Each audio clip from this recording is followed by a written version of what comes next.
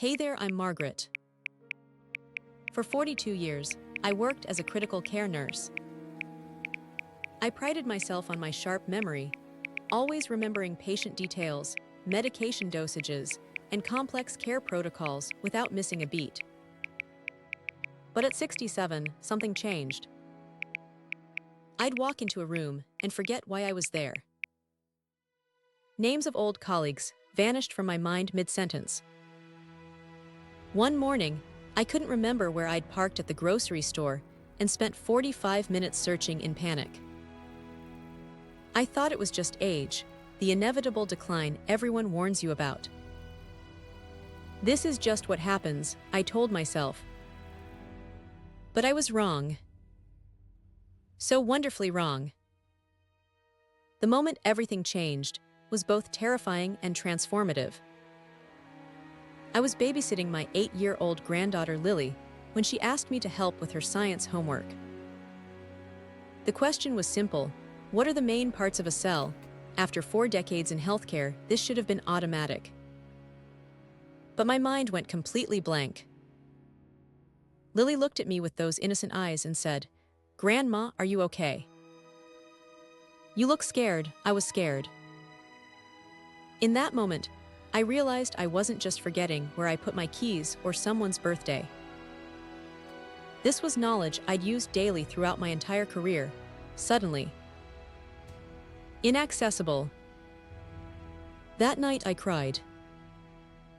Not just because I was frightened, but because I felt like I was losing myself.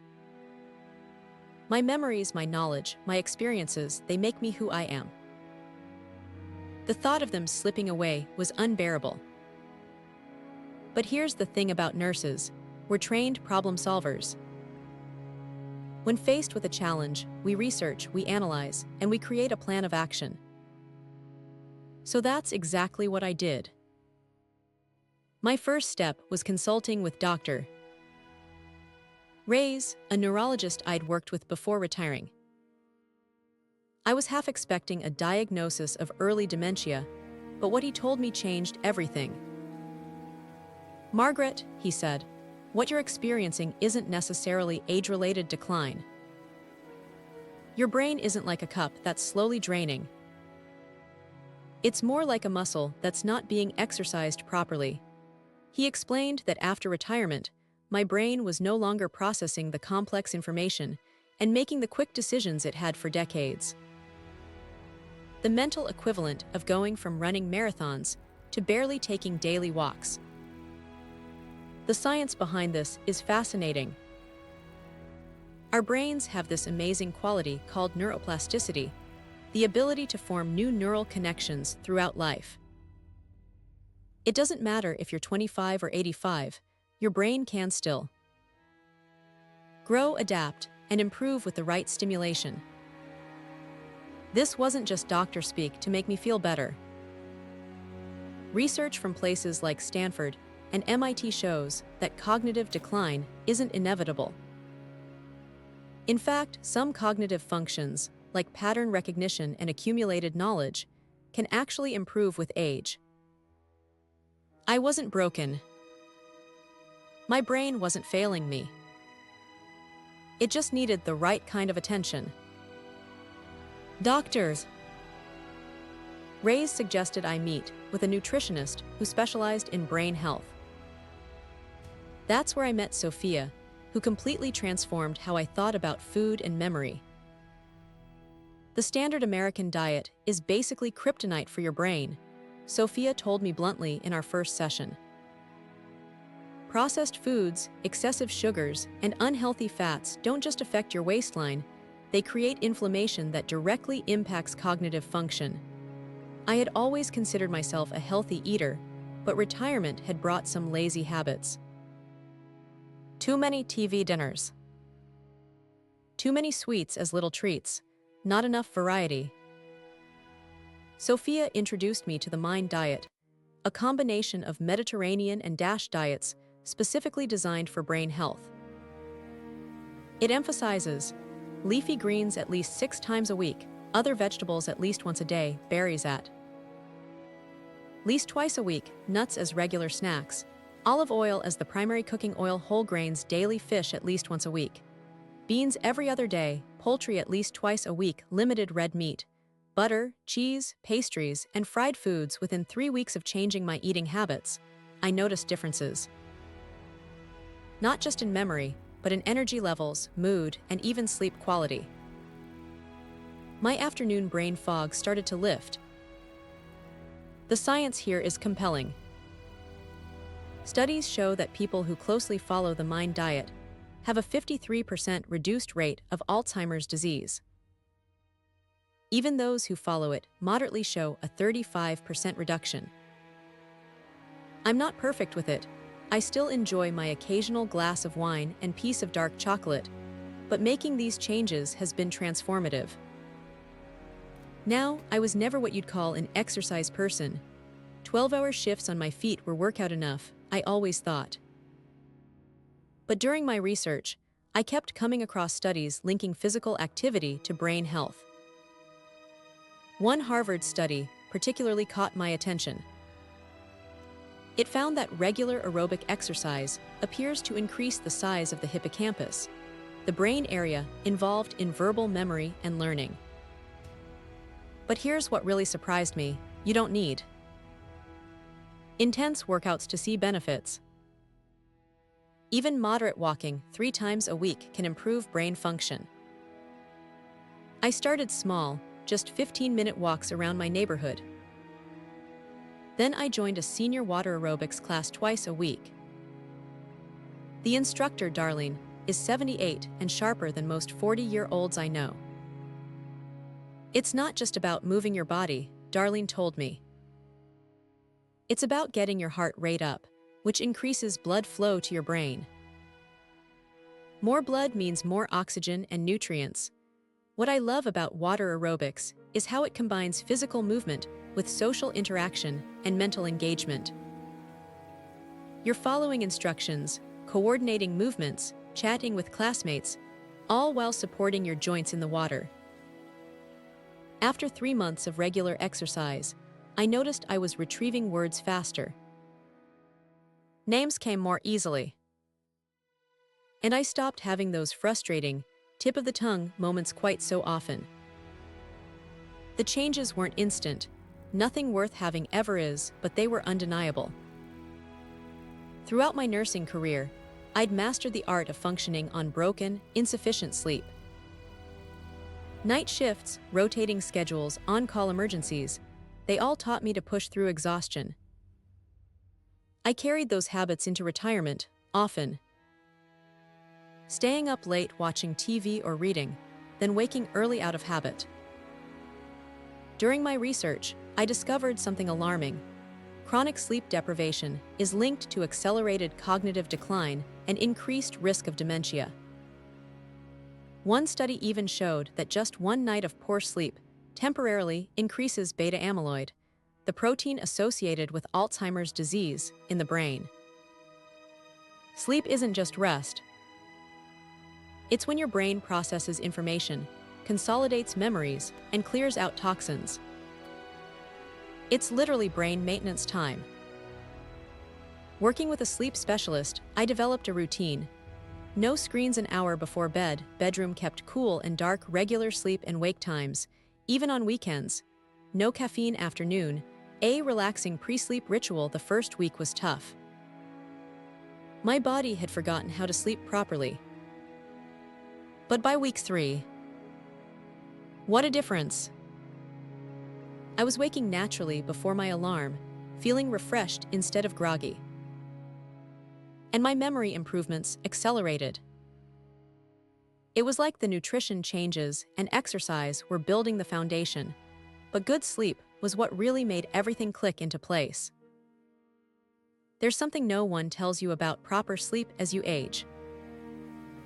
You actually need less of it, but the quality becomes even more important. Most of us in our 60s and beyond do well with 7-8 hours, focusing on maximizing deep sleep and REM cycles rather than just hours in bed. The brain that doesn't get challenged deteriorates. That's what Dr. Reyes told me, and it stuck with me. After retirement, I'd replace the complex problem-solving of nursing with crossword puzzles. Better than nothing, but not enough variety to really exercise different parts of my brain. I needed to push myself out of my comfort zone, so I signed up for a Spanish language class at the community center, downloaded brain training apps that focused on different cognitive skills, joined a weekly bridge club, started learning to play the piano. Something I'd always wanted to do. The key insight here was diversity of mental challenges. Different activities stimulate different brain regions. Language learning, for instance, engages memory, pattern recognition, and auditory processing. Music activates motor skills and mathematical thinking. Strategic games like bridge involve planning, memory, and social cognition. One particularly effective practice has been what neurologists call dual tasking, doing two challenging things simultaneously. For example, I practice basic arithmetic while walking, or listen to Spanish lessons while cooking. This strengthens the connections between different brain regions. Is it always easy? Absolutely not. Learning Spanish in my late 60s has been humbling. There are days when conjugating verbs feels impossible. But that struggle is precisely what builds cognitive resilience. Remember, difficulty is a sign that you're growing. When something feels hard for your brain, that's the equivalent of feeling the burn during a workout. It means it's working. Perhaps the most unexpected discovery in my journey was the profound impact of social connections on brain health. A Harvard study that followed people for nearly 80 years found that close relationships were better predictors of long, happy lives than wealth, fame, IQ, or even genes. Other research shows that socially integrated individuals maintain better cognitive function as they age.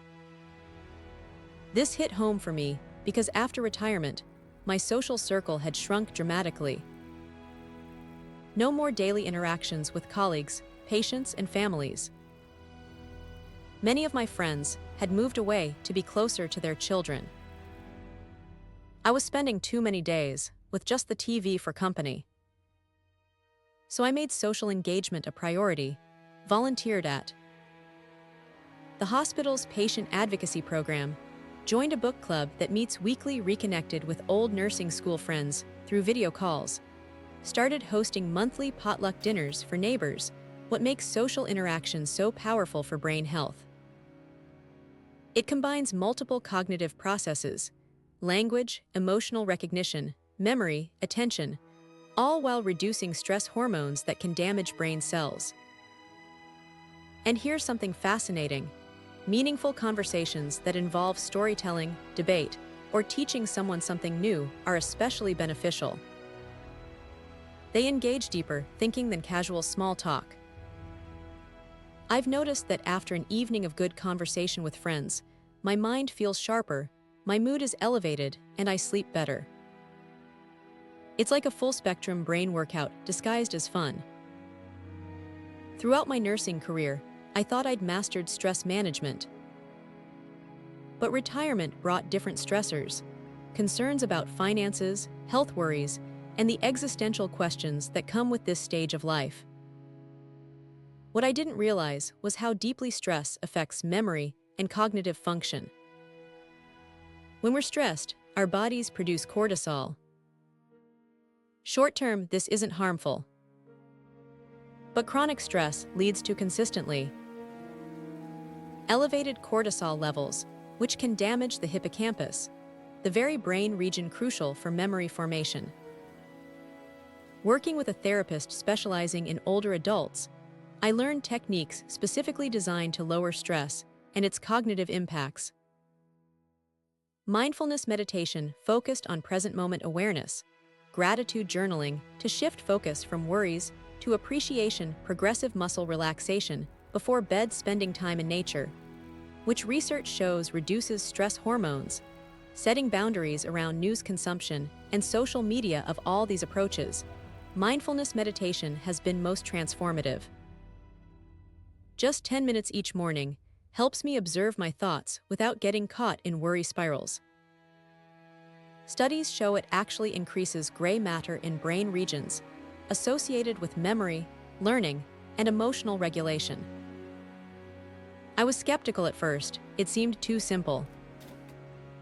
But after consistent practice, the results speak for themselves.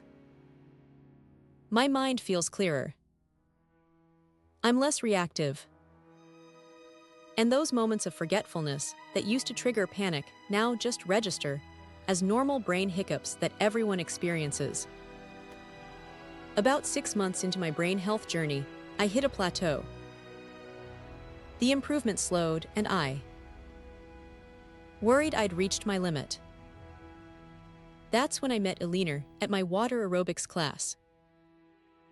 At 82, she had the mental sharpness of someone decades younger. Her secret: watercolor painting. It's not about being good, she told me.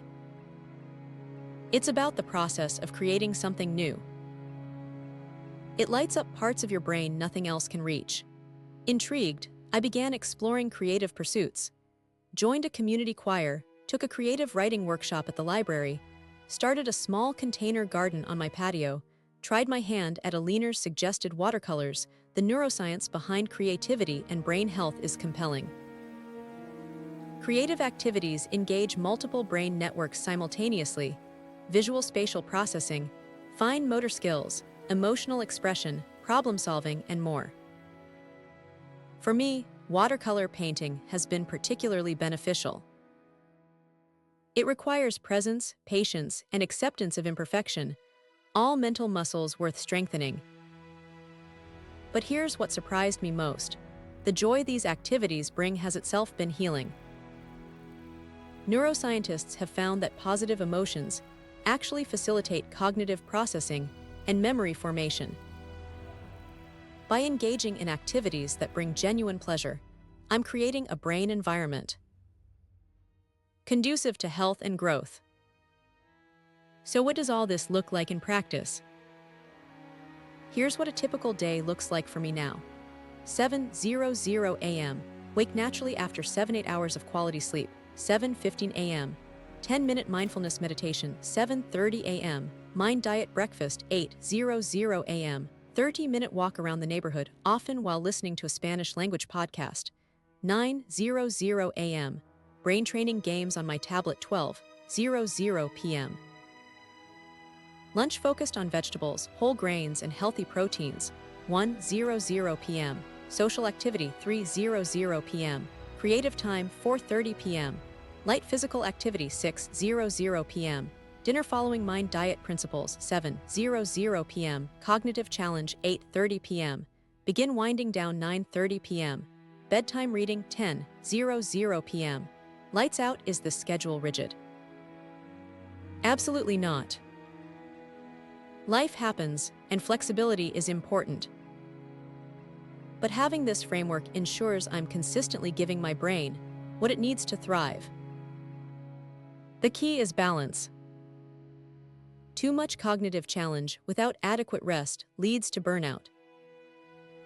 Too much physical activity without proper nutrition limits benefits.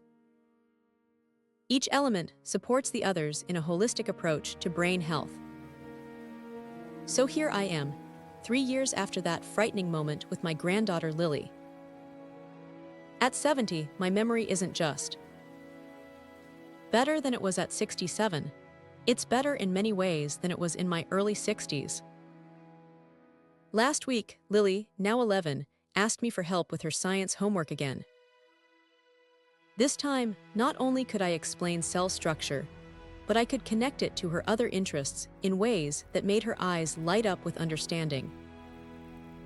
"Grandma," she said, "your brain is awesome, and you know what?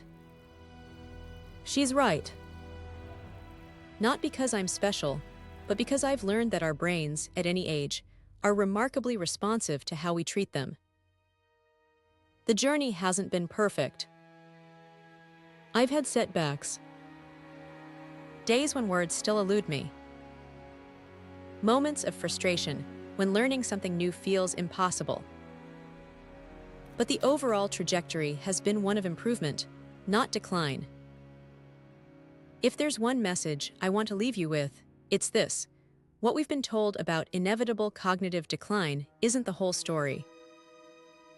Yes, our brains change with age. But with the right approach, many of those changes can be positive: increased wisdom, better pattern recognition, and deeper understanding. Your brain's story isn't written in stone. It's being written every day by the choices you make: what you eat, how you move, the way you challenge yourself, the people you connect with, and how you manage stress. So if you've been noticing those moments of forgetfulness, those concerning mental slips, don't just accept them as inevitable. Start with one small change. Maybe it's adding a daily walk. Perhaps it's incorporating more leafy greens into your meals. Or possibly reaching out to an old friend for a weekly phone call. Small steps lead to significant changes. I'm living proof of that. Thank you for listening to my story. I'd love to hear about your experiences with brain health in the comments below.